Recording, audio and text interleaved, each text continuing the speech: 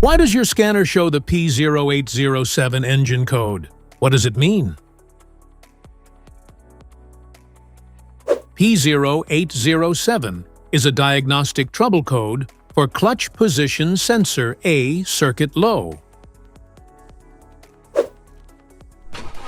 The P0807 engine code indicate the vehicle's computer has detected an abnormally low voltage from the sensor responsible for monitoring the position of the clutch pedal or clutch actuator.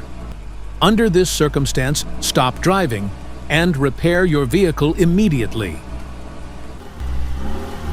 So, what causes this imbalance? Here are the most common culprits. This error can be caused by these possible faults in your vehicle.